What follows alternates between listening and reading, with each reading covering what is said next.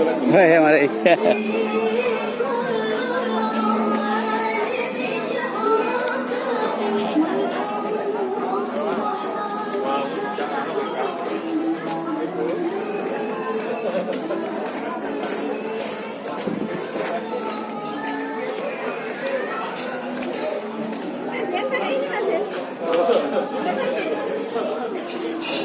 Mantap.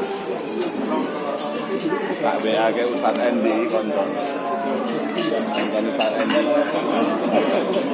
Paling Mas Nur.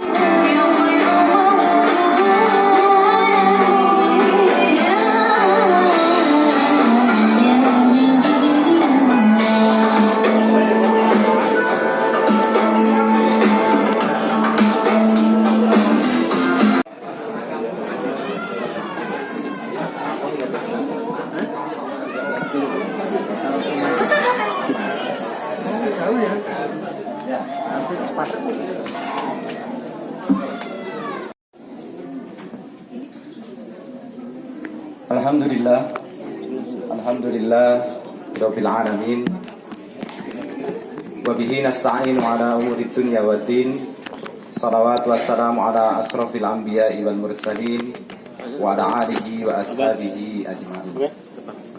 Bapak Ibu sekalian yang saya hormati, Alhamdulillah kita diringankan untuk bisa hadir di tempat yang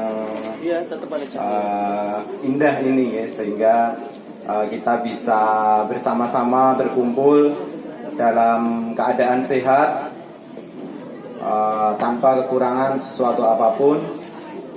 Salawat serta salam semoga senantiasa dicurahkan pada junjungan kita Nabi besar Muhammad Sallallahu Alaihi Wasallam. Bapak Ibu sekalian yang saya hormati, semoga keberadaan kita di sini adalah wujud kesadaran, ya, kesadaran bahwa kita perlu untuk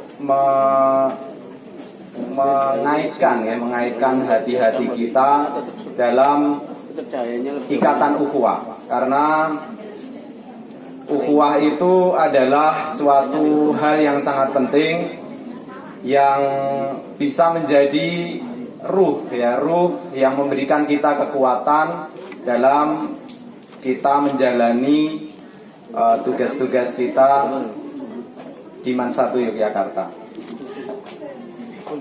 Kami dari panitia berterima kasih pada Bapak Ibu sekalian karena telah menyempatkan diri bisa hadir di sini di tengah kesibukan Bapak Ibu sekalian ya.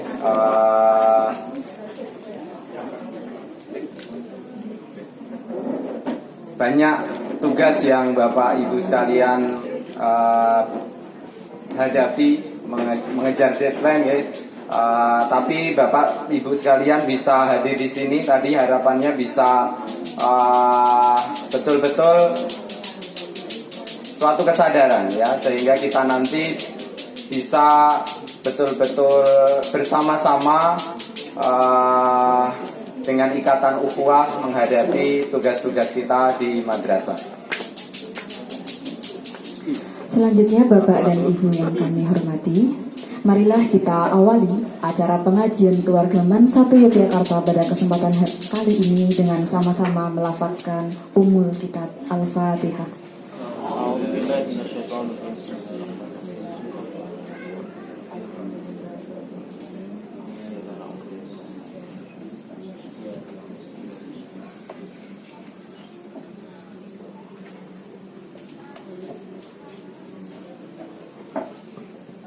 Acara selanjutnya untuk keberkahan acara kita, marilah kita bersama-sama mendengarkan tilawah dari yang pada hari ini akan disampaikan oleh Ustadz kita, Ustadz Zulhaq Nurhadi MPDI. Pada Ustadz Zulhaq, waktu dan tempat dipersilahkan. Bismillahirrahmanirrahim. Assalamualaikum warahmatullahi wabarakatuh. Waalaikumsalam. أعوذ بالله من الشيطان الرجيم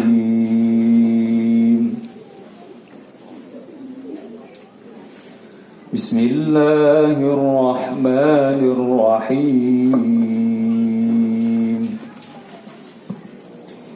يا أيها الذين آمنوا اتقوا الله ولتنظر نفس ما قدمت لغد واتقوا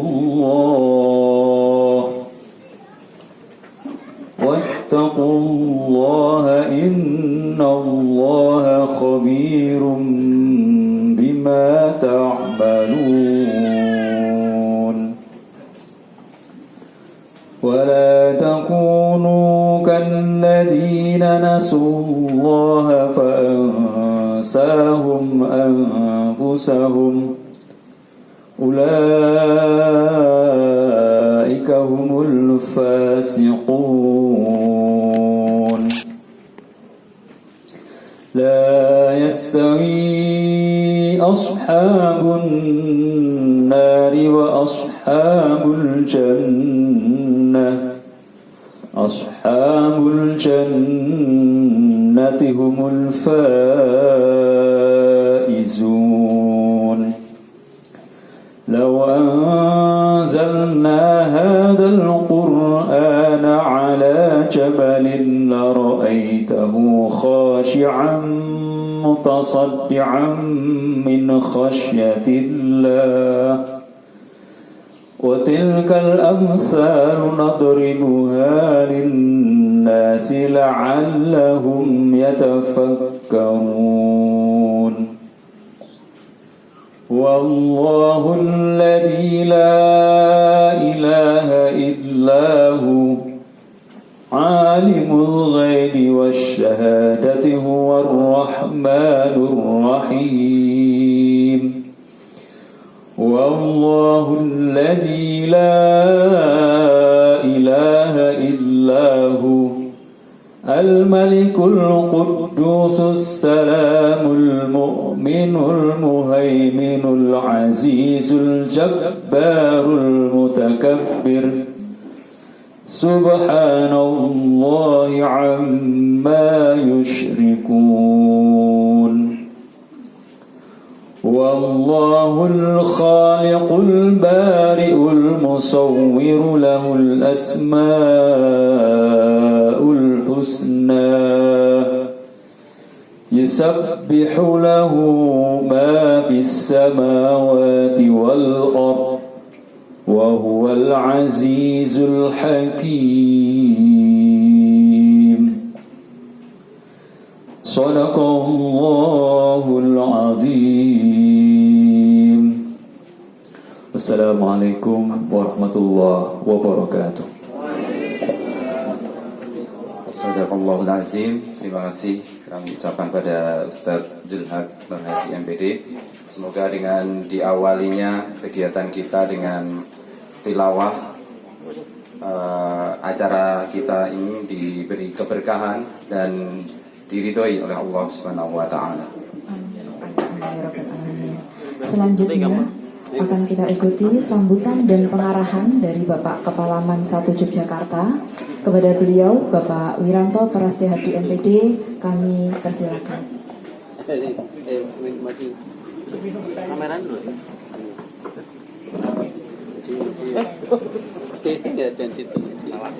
Assalamualaikum warahmatullahi wabarakatuh. Alhamdulillahirabbil alamin wassalatu wassalamu ala asyrofil mursalin sayyidina Muhammadin wa ala alihi washabihi ajmain. Sebelum saya mulai, monggo yang belakang ke depan semua biar nanti rapi difoto. Difoto loh, nanti difoto ya. Monggo yang ibu-ibu juga di depan nggak apa-apa, ini masih kosong. Nah, nanti yang datang belakangan biar maju aja nggak apa-apa, nggak bayar kok. Nggak masuk ya, yang di belakang atau masuk ya. Nah yang sini udah putra, ini monggo. Ini kalau yang ambil anak siswa kita ya. Repot sekali. Makanya anak kita juga sama mungkin. Yang saya ya, Bapak Ibu nyuwun punten ini biar full. Alhamdulillah, puji syukur kehadirat Allah Subhanahu wa taala. Yang pertama, kami hormat Bapak Ustadz Anton Isminanto MPD, Bapak Ibu Bapak Ibu sekalian pengajian MAN 1 Yogyakarta. Alhamdulillah, puji syukur kehadirat Allah Subhanahu wa taala. Kami sangat berterima kasih atas kehadiran Bapak Ibu keluarga besar MAN 1 Yogyakarta. Alhamdulillah putra-putrinya juga bisa hadir. Terima kasih Bapak Ibu. Ini memang kita bersama mengharapkan silaturahmi kita hari ini untuk memperpanjang umur kita. Ya, mudah-mudahan panjang umur yang barokah. Bapak Ibu yang kami hormati, kami juga terima kasih kepada kelompok IPA, Bapak Ibu guru IPA dan agama ya katanya tambahnya, atas partisipasinya bisa menyelenggarakan pengajian pada pagi hari ini yang tentu saja sudah dalam 1 tahun sudah 2 kali. Yang kemarin di BOS, itu kelompok KTU, Pak KTU sama staf. Ini di bus. Nggak tahu saya sini. Ini saya biasanya di Pak Kalen ya, situ. Karena ternyata lebih dekat dari perempatan. Ketigaan maksudnya. Ibu yang kami hormati, kami tentu saja sangat berterima kasihnya tidak hanya sampai di situ Bapak Ibu. Nyuwun ngapunten, mungkin dari Bapak Ibu guru ataupun keluarga yang tentu saja kegiatan rutin dari Senin sampai Jumat 5 hari, Bapak Ibu sampai sore, ya memang 5 hari itu sampai sore nih Bapak Ibu, jangan sampai nanti kok ini pulangnya jam 4 terus, jam 5 terus, nggak pernah jam 3, nggak pernah jam 12, 14, berarti 6 hari nanti kan balik lagi. Kalau mau balik ya nggak apa-apa. Padahal kalau ajaran baru besok sudah harus semua semua harus 5 hari. Yang jadi persoalan kemarin apa? Yang madrasah keterampilan itu 57 jam mau ditaruh di mana itu? Pulangnya bisa jadi jam 6 sore itu. Di setengah itu nanti ekstra itu ya Pak. Tapi di tempat kita alhamdulillah saya berjalan sudah 3-4 tahun ini sudah berjalan dan alhamdulillah bisa lancar. Dan itu saja prestasi Bapak Ibu maupun siswa juga luar biasa. Dan kami mohon maaf ini ternyata Bapak Ibu guru itu ternyata nggak sempat memikirkan kepangkatan. Saya juga merasa salah juga saya. Tadi saya dengan siswa terus ya. Jadi Bapak Ibu guru ternyata SKP ronggawe, ronggawe. Jadi Bapak Ibu itu selalu memposir pada anak-anak kita. Mudah-mudahan dari jariah Bapak Ibu semua ya. Ya prestasi benar prestasi, tapi Bapak Ibu ternyata nggak kepikiran sampai di situ. Jadi jangan khawatir Bapak Ibu yang kemarin sudah daftar, katanya tadi Pak Haryadi beritahu saya, tolong dicatat yang kemarin belum daftar, yang 4A kemarin. Nanti mau diusahakan biar bisa mendaftarnya 4A ke 4B-nya itu dokumennya. Jadi mianu ya, tetap disiapkan ya Bapak Ibu. Orang yuk putus asa kemarin udah sore itu nggak jadi, nggak masukkan, nggak bisa dan seterusnya. Ini mohon maaf Bapak Ibu. Dan tentu saja memang SKP itu harusnya tugas Bapak Ibu semua. Tapi ya itu tadi karena kesibukan Bapak Ibu, orang mikir aku pangkat semua paling dulu. Otomatis kan melundung ke 4B kan gitu. Saya dengan Pak Iman itu sama kan gitu, visinya sama. Dan sepenting rasa nganu rami. Tapi begitu ada itu panjangan dia Pak ya. Kok malah heboh kan. Saya itu bawa terus loh itu tas saya itu tak bawa ning omah, tak bawa ning sekolah ben ayam. Kadang nggak diupload Pak. Jadi ini wis nggowo koyo ngene sampai Tenang Ustaz, tenang. Ya tenang. Padahal nggak diupload. Nah karena kegiatan di madrasah juga banyak, termasuk Bapak Ibu mungkin begitu sama. Tapi mudah-mudahan Pak Ibu nanti kalau ada perpanjangan ini lagi, monggo disempatkan ya nanti, karena walaupun kita berharap betul anak-anak kita memang luar biasa prestasinya, Bapak Ibu guru juga untuk kedepannya kami juga perlu dipikirkan juga. Itu Bapak Ibu kami umuman terkait dengan kegiatan besok. Kemudian minggu besok juga mohon izinnya Bapak Ibu, istri, suami dan sebagainya, kegiatan lagi itu tanggal berapa? 14 ya. 15 maaf, 16 ya. 15-16 mohon izinnya. Kalau nggak berani izin ya mungkin lewat saya atau gimana, tapi saya yakin mesti diizinkan kan gitu ya. Mudah-mudahan ya. Mohon maaf tidak sekalian, mohon maaf ya Allah. Karena yang mengingat ya banyak hal gitu. Ayo dari sini kami mohon izin terkait juga rapat kerja ya sedikit banyak istilahnya kita rutinitas di madrasah luar biasa. Sore bahkan ya sudah pulang pun Bapak Ibu masih terus. Dan tentu saja kami juga berharap bisa keluar rapat kerjanya tidak di madrasah tapi di luar. Kami berharap ya mudah-mudahan menghasilkan nanti ide-ide dan tentu saja pengembangan madrasah selanjutnya akan lebih baik lagi. Dan tentu saja yang MAD 1 Jogja ini memang piloting apalagi menjadi madrasah unggul, maka memang banyak terutama ini akhir-akhir ini mungkin 21, 22 kan mau 23 itu pendaftaran PPDB ya Bapak Ibu. Saya mohon pada Bapak Ibu, kalau misalnya ini karena kuota kita hanya 42 siswa, saya berharap ya sudah tidak ada titip-titip lagi, sudah selesai itu. Jadi sudah sesuai target nanti nilai dan sebagainya, SPD dan sebagainya. Ini berharap Bapak Ibu nanti ya biasanya di reguler itu mesti banyak yang daftar. Ya, kemarin juga ke saya dan sebagainya saya sampaikan ya apa adanya karena nanti toh tayangan dan sebagainya itu sesuai dengan grade. Itu saja Bapak Ibu, terima kasih ya, kami berharap silaturahmi seperti ini terus di mana selama 1 tahun itu berapa kali? 4 ya? 4 kali Pak ya, 4 kali sesuai dengan rumpunnya masing-masing. Ya tentu saja kegiatan-kegiatan seperti ini sebenarnya harusnya terus ya. Suami istri anak kemudian itu senang biar ada freshnya, jadi tidak lulu kita kerja tiap hari dan seterusnya. Nah, kami berharap Bapak Ibu support dan tentu saja yang akhir-akhir ini prestasi yang begitu banyak itu kami tidak ada bantuan dari Bapak Ibu semua, tentu saja kami tidak akan berhasil membawa madrasah MAN 1 Jakarta menjadi madrasah unggul yang tentu saja banyak hal semua ditebarkan kepada kita, kantor wilayah juga semua ke kita, yang dia Kemenak Pusat juga dibebankan kepada kita. Kalau sudah ke Jogja, kalau nggak Keman 1 dan seterusnya itu tidak ada prestasi, kita juga sepi ya.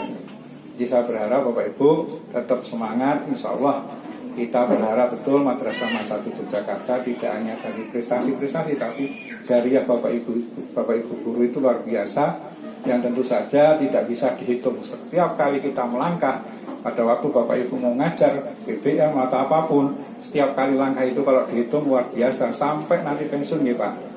Nah itu kalau dihitung sudah nggak bisa bawa, artinya kan itu Pak. Jariah Pak Zen sampai nanti akhir purna pun masih terus itu. Amalan-amalan yang sudah dilaksanakan termasuk sampai kemana-mana, ke Malioboro, kemana-mana juga. Itulah jariah panjenengan untuk mencerdaskan anak-anak kita. Kami berharap Bapak Ibu punya istilahnya yang amalan jariah ya, apalagi guru itu setiap hari itu, tapi monggo tapi diniati betul. Setiap kali melangkah dari rumah tetap berdoa, jangan sampai kita tidak berdoa walaupun hanya bismillahirrahmanirrahim. Jangan sampai tidak sama sekali. Itu akan menjadikan kita catatan-catatan kita. Tidak terasa saya di madrasah itu luar biasa sampai tahun berapa sekarang sudah mau istilahnya beberapa tahun lagi sudah purna dan sebagainya. Nanti akan diteruskan kepada teman-teman kita yang masih baru, masih fresh. Besok Senin ya kita ada Senin ada pembekalan lagi. Senin itu P3K ya, yang P3K. Siap. Terima kasih jadi atas dukungan dari Bapak Ibu semuanya. Mudah-mudahan madrasah MAN 1 Jakarta menjadi madrasah yang mandiri prestasi berkelas dunia. Itu nggih. Wis Pak ngeluwi dari saya juga udah cukup. Putrane Pak Yanto udah Pak udah lama kan ini. Enggak. Saya kira itu Bapak Ibu. Terima kasih ya Bapak Ibu semuanya. Alhamdulillah bisa. Ada yang izin ke saya, mudah-mudahan yang izin juga berikan kesehatan ke Karena ya tentu saja ada beberapa kepentingan, ada yang orang tua sedang sakit dan seterusnya, ya nggak apa-apa kalau saya nggak bisa, Pak saya izin ya sudah, maksudnya nggak boleh, itu nggak enak juga. Saya kira itu yang perlu saya sampaikan. Mohon maaf apabila kami dalam melakukan kata-kata kurang berkenan di Bapak Ibu semuanya. Assalamualaikum warahmatullahi wabarakatuh. Kami sampaikan terima kasih kepada Bapak Wiranto Prasetyo MPD atas sambutan yang telah diberikan. Kemudian Bapak dan Ibu yang kami hormati, selanjutnya akan kita ikuti acara inti pengajian keluarga 01 Yogyakarta yang pada kesempatan kali ini akan dibersamai oleh Ustadz Haji Anton Ismunanto MPDI.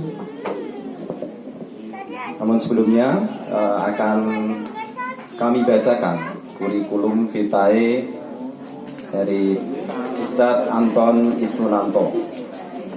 Vitae ya. Nama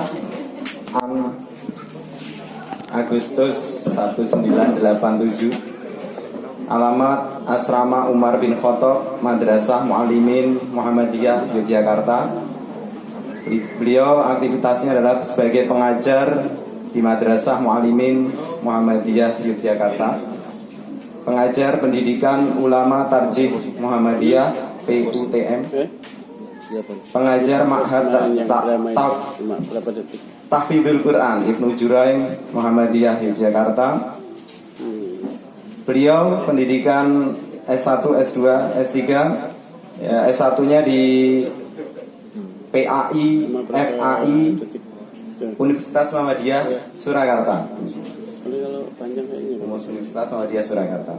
Kemudian S2 beliau di PPI, PPS UIN Sunan Kalijaga. S3 di KI, PPS UIN Sunan Kalijaga. Dan beliau sekarang sedang menulis disertasi, Ustaz. Untuk pengalaman organisasi, beliau sekarang menjabat sebagai Ketua MPK PCM WB Wiro Brajan. Kemudian sebagai anggota MPK PDM Kota Yogyakarta. Kemudian anggota PMI Kota Yogyakarta. Dan terakhir sebagai Ketua Yayasan Bentala Tamadun Nusantara. Monggo untuk acara inti, waktu dan tempat kami persilahkan pada Ustadz Anton Ismunanto MPD.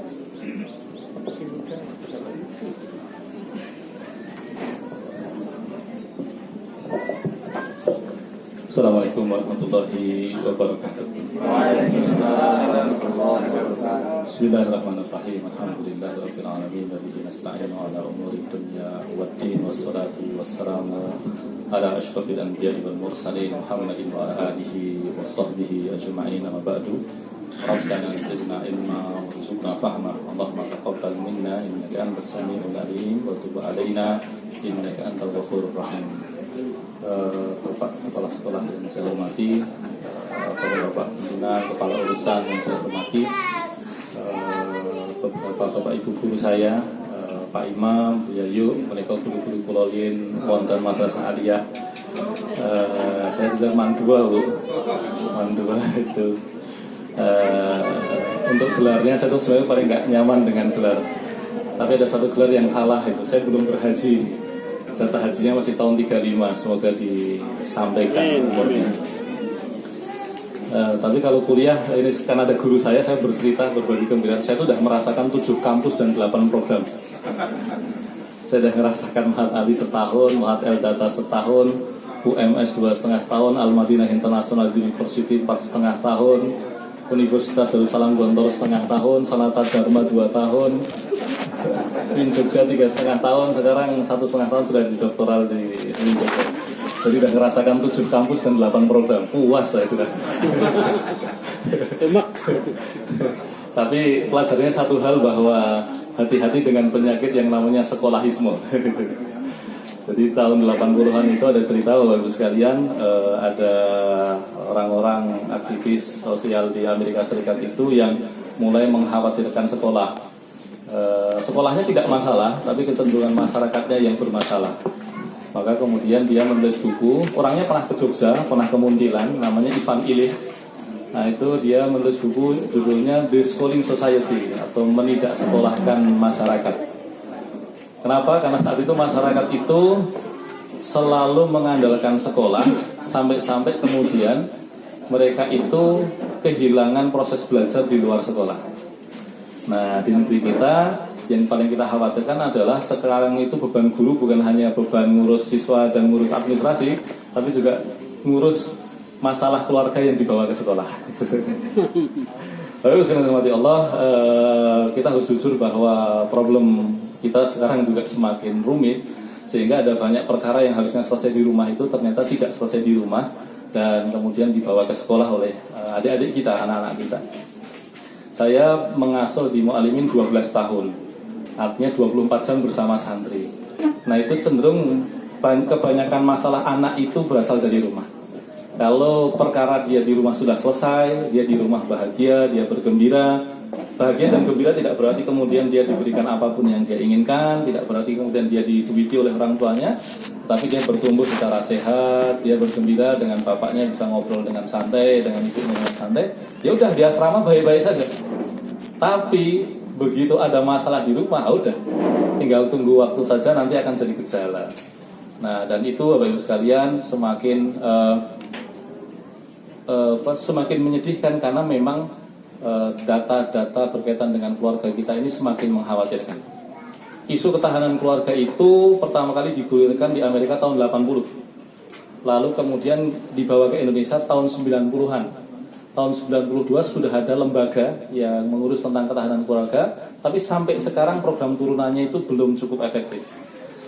Nah, Bapak Ibu sekalian, ternyata angka ketahanan keluarga kita ini rendah sekali. Angka keretakan keluarganya itu sangat tinggi. Dan yang puncaknya adalah di pandemi kemarin. Ya, di masa pandemi angka dispensasi nikahnya naik. Sedangkan hari ini angka perceraiannya yang naik. Pernikahan-pernikahan yang bersifat tidak siap begitu oleh adik-adik kita di masa pandemi kemarin, itu sekarang memanen buahnya, yaitu berupa perceraian dalam skala besar-besaran. Dan parahnya lagi itu dikuatkan oleh yang namanya media sosial kita. Sebagian dari kita tidak cukup waras untuk menggunakan media sosial, sehingga kemudian menampilkan di media sosial hal yang tidak penting, tidak berguna, bahkan membahayakan. Di antaranya adalah sengaja memamerkan perceraiannya gitu.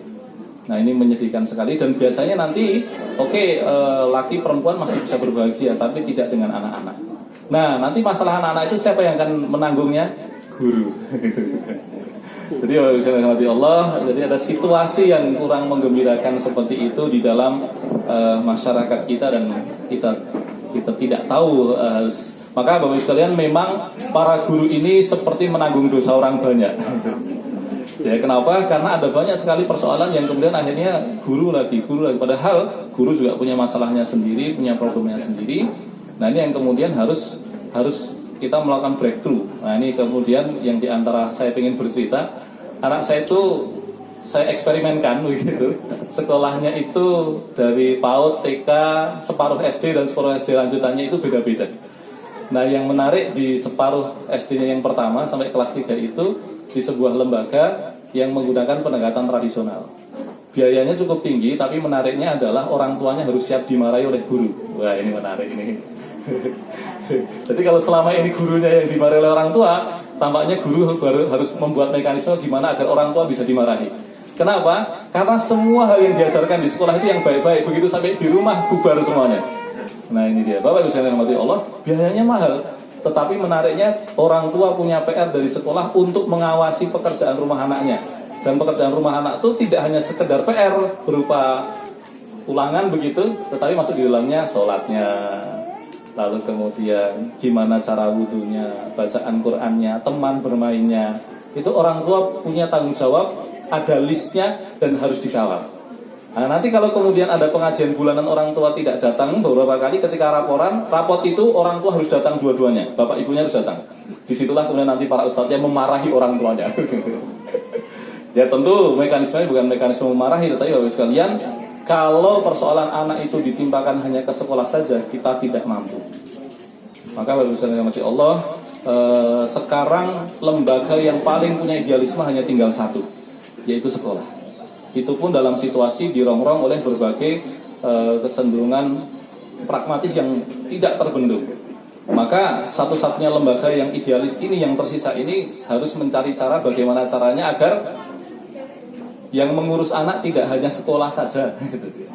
Kita harus membangkitkan kesadaran orang tua bahwa tanggung jawab yang paling utama itu adalah orang tua. Ya, yang lahirin siapa, yang ngurus siapa. Bahasanya Dodik itu, kamu yang buat persoalan, aku yang harus jawab gitu. Itu akan menjadi masalah. Maka Bapak Ibu sekalian yang dirahmati Allah, pada pagi hari ini kami ingin mengingatkan diri kami sendiri maupun Bapak Ibu sekalian bahwa Quran kita, hadis kita itu memberikan penghargaan yang tinggi terhadap yang namanya guru. Nah, ya, maka ketika kita menjalani tugas sebagai guru, ini bukan sekedar profesi kita secara materialistik, tetapi lebih dari itu kita harus yakini bahwa ini jalan hidup kita. Yang kemudian tadi Pak Wiranto beliau sudah mengingatkan kita bahwa ini jariah kita. Dan jariah itu betul-betul kalau orang cerdas dia akan mengincar jariah seserius mungkin. Karena apa? Begitu kita mati selesai sudah urusan kita. Dan orang cerdas pasti akan berpikir bagaimana caranya ketika dia mati dia membawa amal yang akan tetap mengalir ketika dia sudah mati tersebut. Maka Bapak Ibu sekalian kita harus yakin dengan seyakin-yakinnya bahwa jalan guru yang kita jalani ini adalah salah satu cara untuk mendapatkan jariah tersebut. Pertama Bapak Ibu sekalian dirahmati Allah, kita harus tahu bahwa ketika kita mengajar, kita itu sedang melakukan apa yang Allah lakukan. Kita berakhlak dengan akhlaknya Allah. Kita sedang berbuat dengan perbuatannya Allah. Ada ungkapan takhallaku bi akhlaqillah, berakhlaklah dengan akhlak-akhlak Allah. Maka sebetulnya kita yang menjalankan tugas sebagai guru ini bukan hanya tugas secara institusional, tapi tugas kehidupan sebagai guru ini kita sedang menjalankan apa yang Allah lakukan. Dalilnya apa? Ya dalil-dalil pertama yang turun berupa ayat Quran, wa allamal insana ma lam ya'lam. Iqra bismi rabbikal ladzi khalaq, khalaqal insana min 'alaq, iqra wa rabbukal akram alladzi 'allama bil qalam, 'allamal insana ma lam ya'lam. Bapak Ibu sekalian yang dirahmati Allah, pembuka wahyu kita, seri wahyu kita yang terakhir yang ayatnya sampai 6.200-an ayat itu dimulai dengan ungkapan bahwa Allah mengajari manusia. Maka begitu kita mengajar, kita sangat yakin bahwa kita sedang menduplikasi apa yang Allah lakukan. Ya tentu berkaitan dengan sifat dan kesempurnaan kita tidak akan bisa melakukannya. Kita makhluk, Allah pencipta kita. Tetapi kita sangat yakin bahwa yang kita lakukan ini adalah betul-betul apa yang Allah senangi, yaitu melanjutkan apa yang Allah lakukan berupa khalaqal insana allamal insana ma lam ya'lam. Di ayat yang lain Allah mengatakan Ar-Rahman allamal Qur'an khalaqal insan allamahul bayan. Yang penyayang. Nah, makanya kemudian saya juga sempat tersentak ketika dulu yang biasanya tuh korban pertama orang tua itu adalah anak pertama. Korban kebodohan orang tua itu biasanya anak pertama. Kenapa? Karena baru belajar jadi orang tua, punya anak, dia biasanya adalah hasil dari kebodohan orang tua.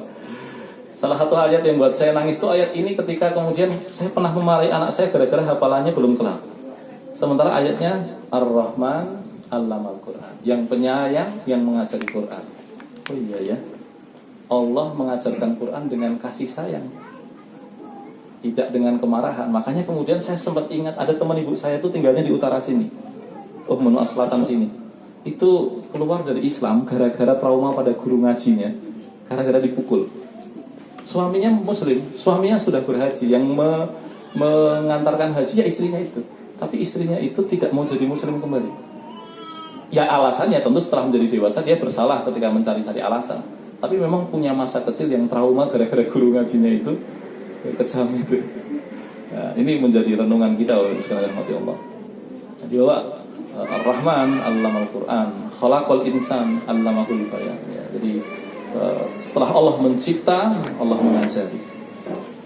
Nah, maka kita perlu yakin bahwa perbuatan kita mengajar itu adalah perbuatan yang sifatnya Rabbani, sesuatu yang dilakukan oleh Tuhan kita. Kita melakukan apa yang dilakukan oleh Tuhan kita, Allah Subhanahu wa ta'ala.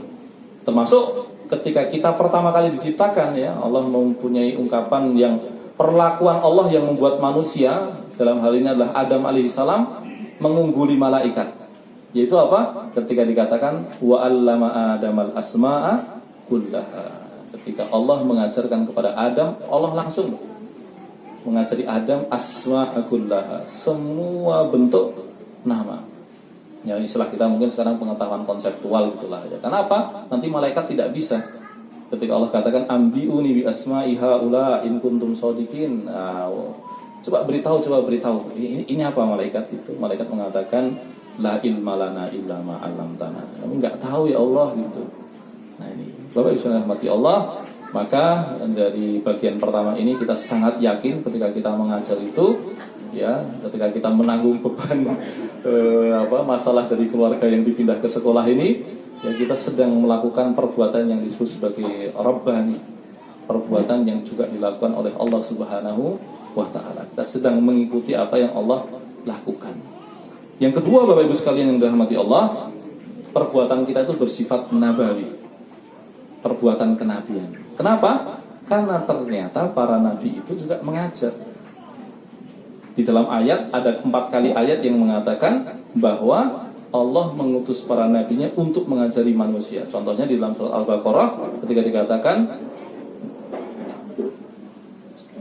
yatlu alaihim ayatihi wa yuzakkihim wa yu'allimuhumul kitaba wal hikmah. Nah, ini dia Rasulun min anfusikum yatlu alaikum ayatihi wa yuzakkikum wa yu'allimukumul kitaba wal hikmah.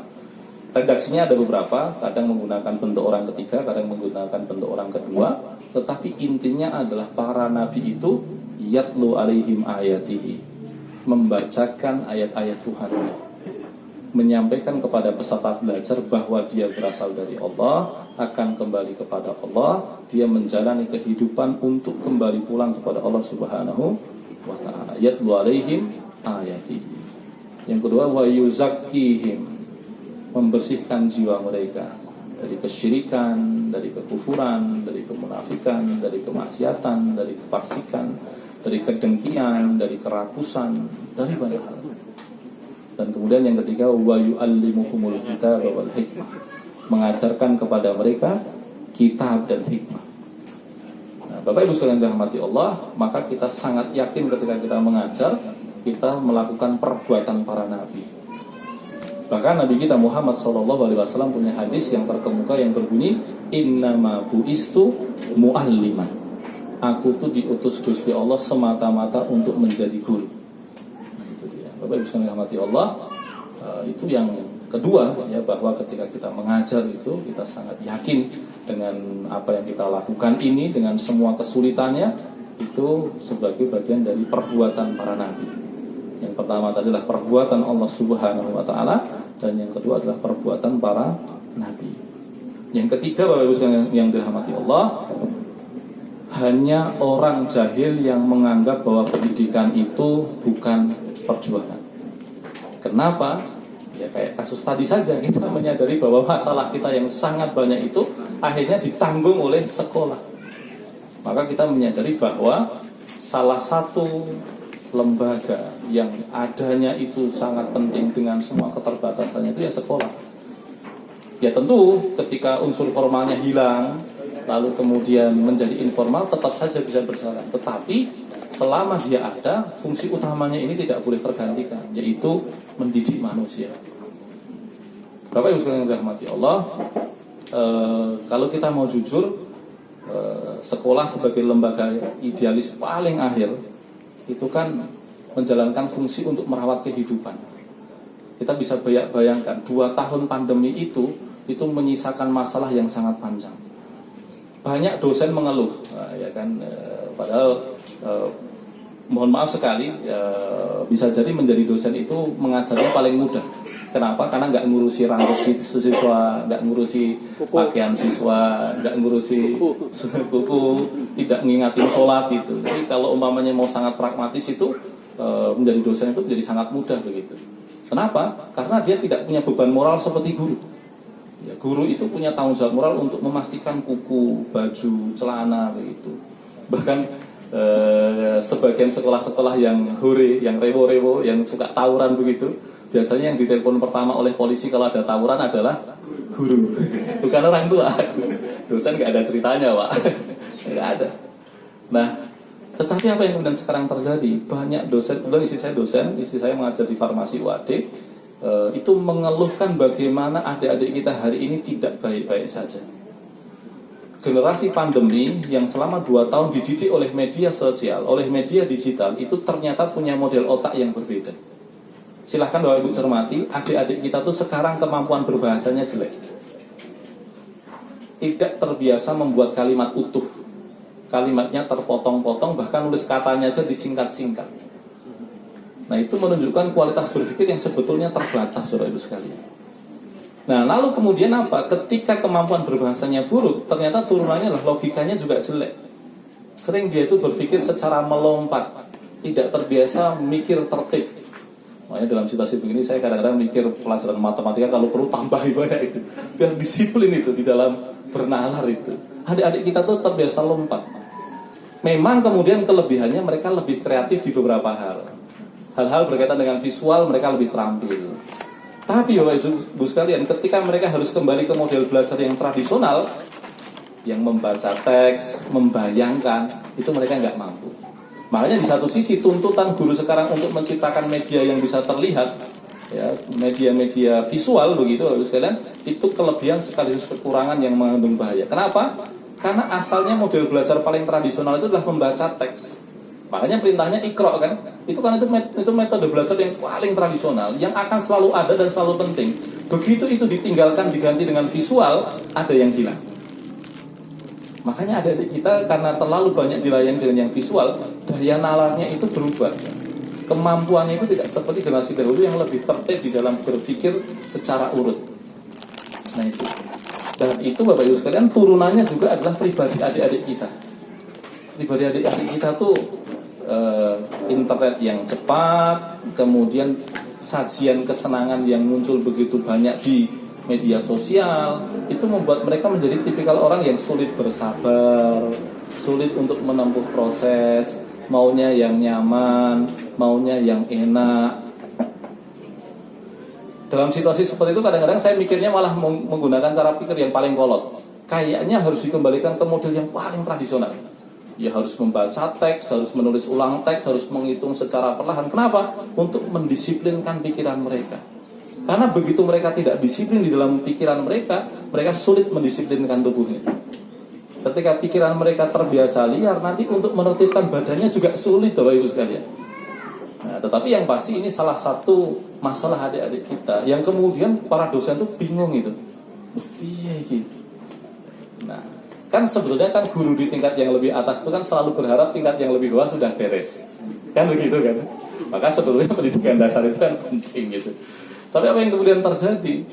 Ada yang banyak yang hilang ternyata. Termasuk Bapak Ibu sekalian yang dirahmati Allah, ada banyak perkara penting yang harusnya diajarkan di rumah. Para orang tua mengira itu diajarkan di sekolah, padahal jelas sekolah tidak mengajarkannya. Akhirnya kemudian anak bertumbuh dalam kondisi tidak tahu banyak hal. Contohnya apa? Mereka tidak tahu cara mengelola uang. Mereka tidak tahu cara mengelola emosi.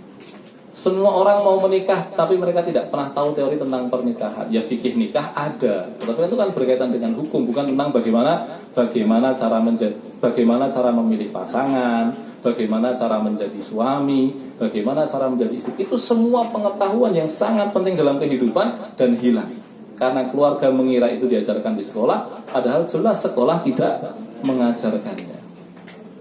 Nah, Bapak Ibu dirahmati Allah, ini yang kemudian kita caranya gimana ya?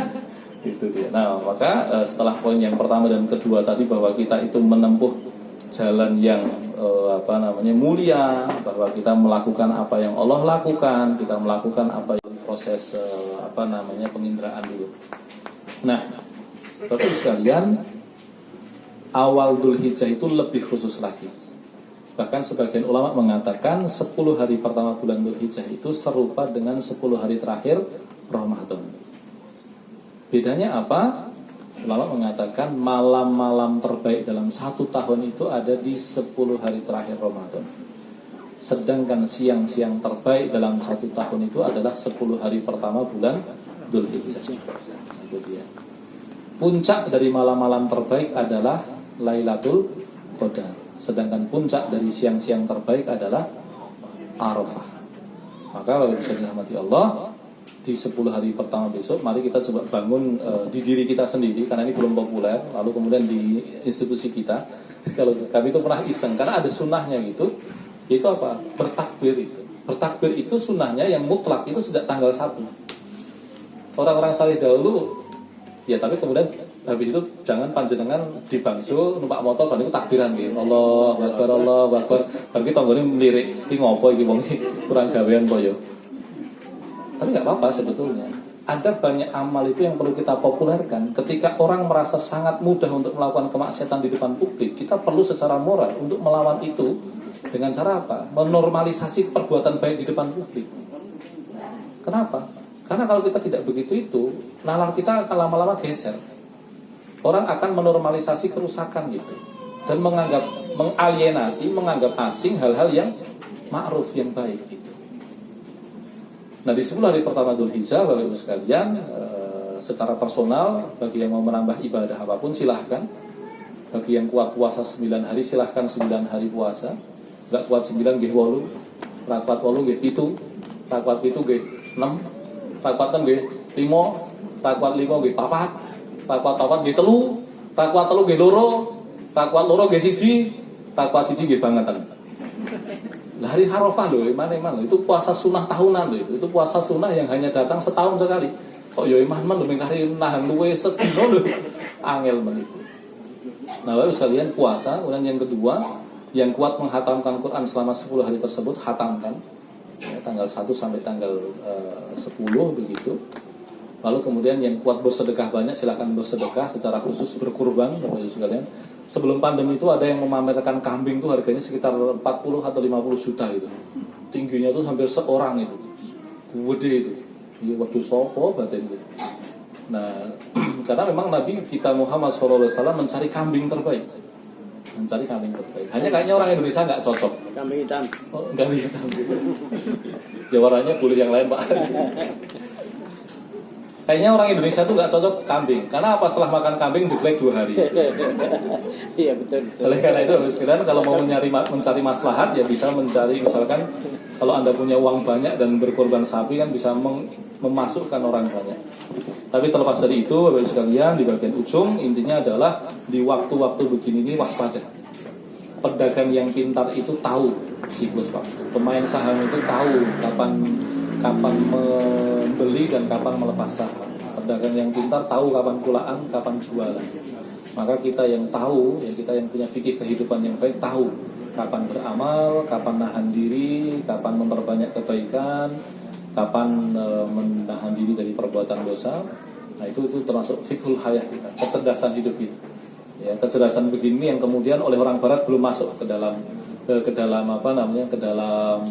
daftar tabel kecerdasan mereka. Ya paling-paling kan multiple intelligence itu paling-paling 10 gitu ya. Sementara dalam Islam itu ada banyak kecerdasan yang perlu kita kembangkan.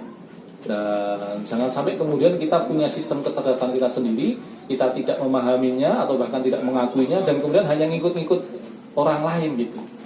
Karena bagaimanapun ilmu itu kan sangat sosiologis. Ilmu itu disusun itu berdasarkan pengalaman mereka gitu. Bagi orang yang tidak pernah menganggap kekhusyuan itu sebagai sebuah kecerdasan, sebagai keterampilan yang perlu dilatih, yang nggak akan pernah masuk dalam kurikulum. Itu dia. Padahal itu mendesak sekali. Kemampuan menahan diri, kemampuan untuk mengenali perkara itu kan termasuk fikhul hayat atau kecerdasan hidup yang bagi kita Muslim itu mendesak. Dan itu sangat dibutuhkan adik-adik kita untuk menghadapi hari-hari depan yang semakin tidak menentu. Maka Bapak-Ibu sekalian, mari kita berdoa ya semoga apa yang kita lakukan ini menjadi pahala, menjadi kebermanfaatan. Semoga Allah mengampuni dosa-dosa kita, menolong kita ya dalam perkara dunia dan akhirat kita, dan juga menolong saudara-saudara Muslim kita yang dekat maupun yang jauh, yang Allah uji dengan berbagai macam kemudahan maupun yang Allah uji dengan berbagai macam kesulitan. Alhamdulillahirabbil alamin, nahmaduhu kama yanbaghi li jalalihi wa 'azimi sultanihi. Allahumma shalli wa sallim wa barik ala Muhammad wa ala alihi wa sahbihi ajma'in. Allahumma ighfir lana dhunubana اللهم اغفر لنا ذنوبنا ولوالدينا اللهم اغفر لنا ذنوبنا ولوالدينا ولأزواجنا ولأبنائنا ولأساتذتنا ولتلامذتنا ولإخواننا ولأخواتنا وللمؤمنين والمؤمنات والمسلمين والمسلمات رب اشرح لنا صدورنا ويسر لنا أمورنا ربنا هب لنا من أزواجنا وذرياتنا قرة أعين وجعلنا للمتقين إماما رب اجعلنا مقيم الصلاة ومن ذريتنا ربنا وتقبل دعاء اللهم إنا نسألك سلامة في الدين وعافية في الجسد وزيادة في العلم وبركة في الرزق وتوبة قبل الموت ورحمة عند الموت ومغفرة بعد الموت وهون علينا في سكرة الموت والعفو عند الحساب والنجاة من النار ونسألك حسن الخاتمة اللهم إنا نسألك الهدى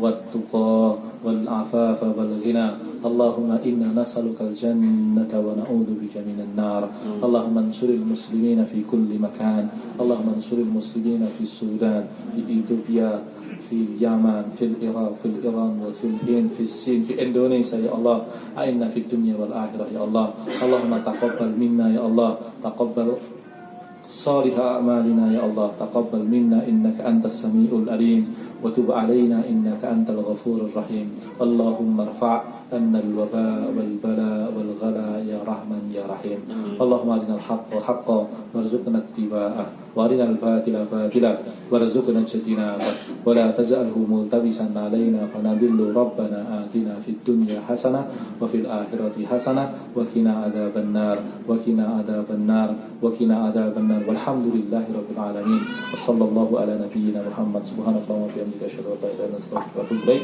السلام عليكم ورحمة الله وبركاته.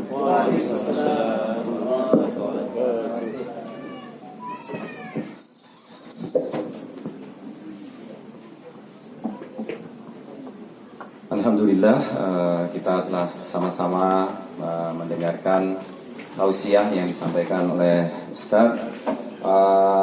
Ada beberapa hal yang bisa kita ambil dari apa yang telah disampaikan oleh Ustadz, bahwa tentu saja tugas kita sebagai guru itu tidaklah ringan, ya. Tidaklah ringan karena tadi disampaikan kita menanggung kegagalan orang lain, ya. Semakin banyak orang tua yang gagal dalam mendidik anaknya, itu nanti kita yang menanggung, ya, beratnya memperbaiki anak-anak mereka seperti itu. Tentu saja karena beratnya tugas kita, tentu saja kita tidak bisa melakukannya dengan tidak menghadirkan Allah, ya, tidak menghadirkan Allah di dalam aktivitas kita, seperti itu. Jadi harus kita hadirkan terus Allah di dalam setiap kegiatan kita, sehingga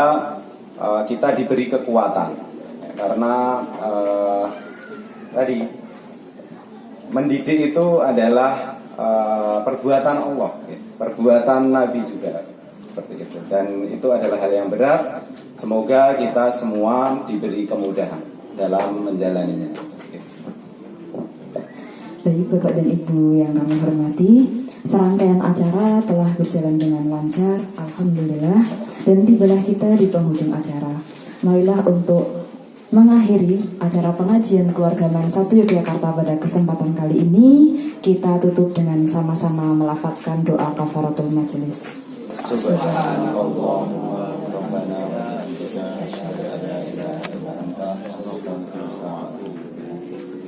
Nanti setelah kami tutup, dipersilahkan Bapak Ibu untuk dahar siang, tempatnya di sebelah barat, sisi barat.